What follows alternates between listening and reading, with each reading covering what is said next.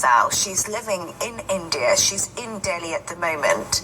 And the big question is, will India actually extradite her? And no one seems to be 100% sure, but India have come out and said India remains committed to the best interests of the people of Bangladesh.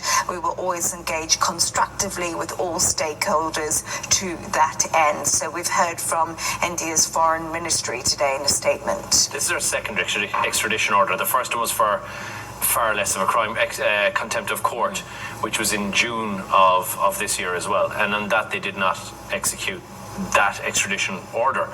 And India has got no obligation at all, aside from keeping the peace, to extradite someone to Bangladesh, especially to carry out a death sentence, when you take into consideration the humanitarian issue that's at bay here because of the fact that it was, and we don't know anything about the trial necessarily, but it was done in absentia, which means that she wasn't there to represent herself and didn't have But she also defied court orders to go back and represent herself in India, so she wouldn't go back to the court. So she was invited, but yes, didn't go back. But again, if you get invited back and you're held in court, you know exactly what's coming for you. You're not going to likely to do that.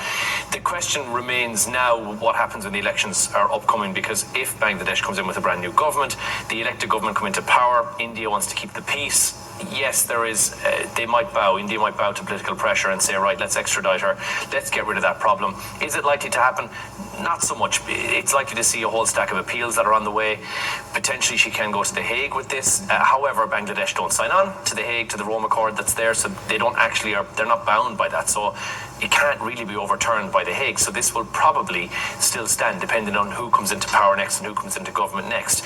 So it really is one of those things that we're not likely to see how it's going to play out, unless there was an issue where you thought this is going to cause a diplomatic crisis, and therefore India would say, right, we need to move on this now. But a whole stack of questions will then be raised about, was it a fair trial? What went on behind closed doors? And that would need to be answered.